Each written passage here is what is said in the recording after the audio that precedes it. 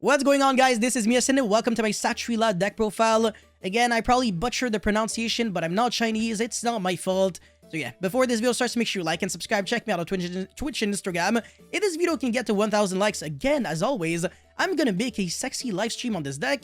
And now let's get right into it. So I'm only playing one Ogre. I think it's by far the worst out of all the KSHATRI-LA monsters that this deck has, unfortunately. It searches a trap card, and the traps are not super great. They don't suck, but they're not ideal. Searching spells and searching monsters is always better. And even the secondary effect of Unicorn and Fenrir is way better than Ogre. So yeah, this is just a one-off because you have the option. But I think in streamlined version, you could actually play without Ogre and without the trap card.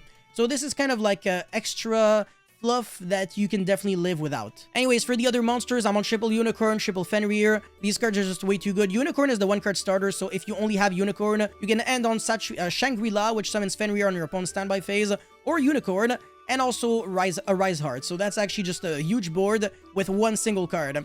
And when that is supplemented by hand traps like D-Shifter, Ash, Imperm, etc., this deck becomes even scarier. And yeah, triple Fenrir, of course, this card is going to be like a super generic Pankratops. Every single deck is going to be utilizing this card. So a little terrifying. Triple Shifter, obviously, because the graveyard literally does not matter. And I want to say, actually, you want your cards to get banished. You really want to, because you can revive them back with a Birth or with the Prepare. And when your cards get banished, you also trigger the banished effect of Papillas, which recycles back any of your banished KSHATRI-LA cards, even your spells and traps. Like, how degenerate is that? Anyways, triple Rise Heart, speaking of banishing cards, this one banishes a KSHATRI-LA card from the deck in order to make itself level 7, and thanks to that, you can trigger the effect of Shangri-La, and if you trigger the effect of Shangri-La, you can summon a Rise Heart simply by using any KSHATRI-LA monster. So this is the main combo. Basically, you're trying to summon Shangri-La on and then use the effect of a Rise Heart, sorry. So the order really does matter. Anyways, last but not least, Ash is the final monster that we're playing. So not a lot of monsters. In theory, you could live without Shifter and Ash, but I don't know. I really wanted to play cards that would allow me to have even more of a fighting chance going second, even if this deck is already absolutely insane going second. Look, this is the proof. I mean, double copies of triple Tactic Talents in the main deck, double Dark Ruler, double Extravagance, triple Prosperity, so you can dig into your board breakers. Terraforming, you can even search Mystic Mine if the card doesn't get banned, but it will get banned, so that's the reason why I didn't want to feature it. Triple Papillas, which summons a monster from the deck, so Extender City for days. Double Birth, better than Monster Reborn because it revives back either from the banished or the grave. And also, you can normal summon level 7 monsters without tributing.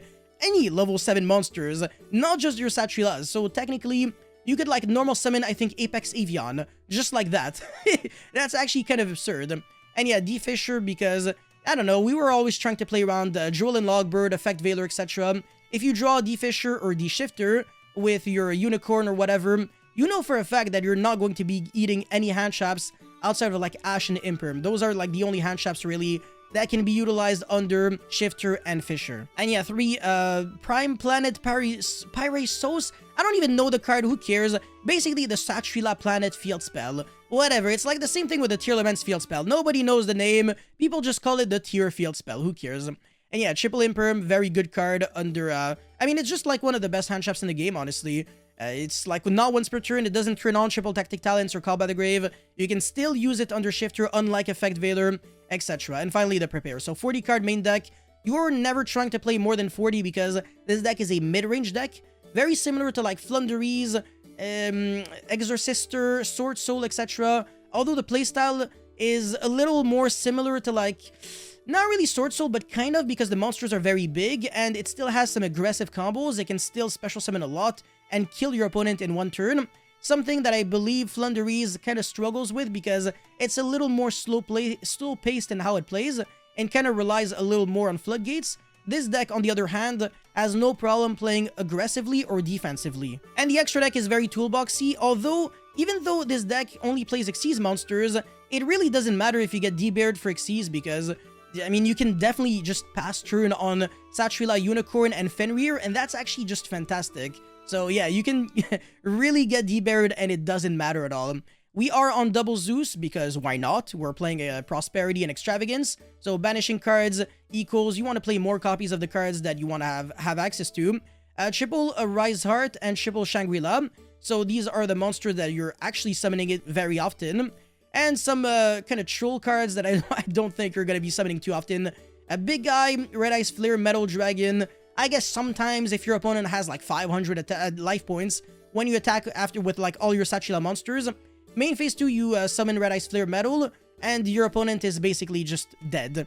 So it's very similar to like back in the days when people were like attacking with a bunch of level 4 monsters, and then main phase 2 they were using all their level 4s to make like double Gaga Cowboy, burn for 16, and that would be game even with like 4 relatively weak level 4 monsters. And yeah, Big Eye is Big Eye, then Odd Eye's Rebellion Dragon Overlord. Kind of like a meme, but I mean, you could OTK with like the second one on top of the first one, but it does take setup, so it's not really realistic. But an Overlord that can attack thrice with 3k attack is still no joke, not gonna lie. And for the rank 4 monsters, Utopia, Dark Rebellion Xyz Dragon, and Utopia the Lightning, so you can out the Arrival Cybers with this package, and just some other annoying shit. So yeah, if you are against like a towers, then at least you're not going to be just getting cucked on game 1. So I just really wanted to have the option, but literally anything to beat towers would work fine. You can play the Utopia Prime, so you have another material, meaning that even after jumping over the towers, you can make a Zeus and potentially use the effect of Zeus multiple times. And yeah, that could be definitely very nice. But at the same time, Utopia the Lightning, I don't believe can be used as an Xyz material. Yeah, never mind, so you can't do that. Yeah, anyways, so that's it for the extra deck, 15 cards. For the side deck, the Gaga Cowboy that you're pretty much never going to be summoning. You can technically play Dweller and Baguska, by the way. So that's an option, but the rank 4s, usually you're summoning them when you're like such in a good position that you're trying to kill your opponent, or you're like in a really bad position and you're trying to get over a very specific threat. Yeah, I'll re-explain Cowboy and the third Dark Ruler no more.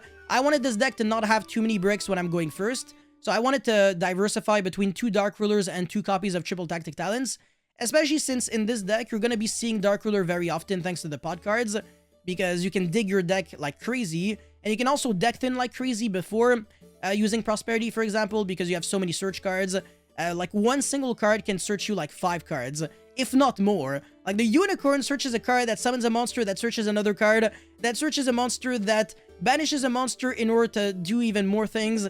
It's just ridiculous. So you're gonna have like 30 cards in your deck, and when you go Prosperity for 6, it's pretty much guaranteed that you get what you want. And for the other cards, I guess Cosmic Cyclone, so you don't lose to like Mystic Mine or Random Floodgates. Call by the Grave, that won't really be good if you're playing Shifter, because your opponents get a hand trap to get banished, so you can't even counter them. Twin Twister, Set Rotation if you want to play like Necro Valley or some other stuff, or Mystic Mine. I don't even know why Monarch Stormforth is there, but I don't know, if you really want to Tribute Summon in this deck, it doesn't really make too much sense though. Macrocosmos, Anti-Spell Fragrance, random shit. So yeah, that's pretty much it for this deck profile. Let me know your thoughts about this deck in the comment section below. As always, don't forget to like and subscribe. I'll see you guys very soon. Peace.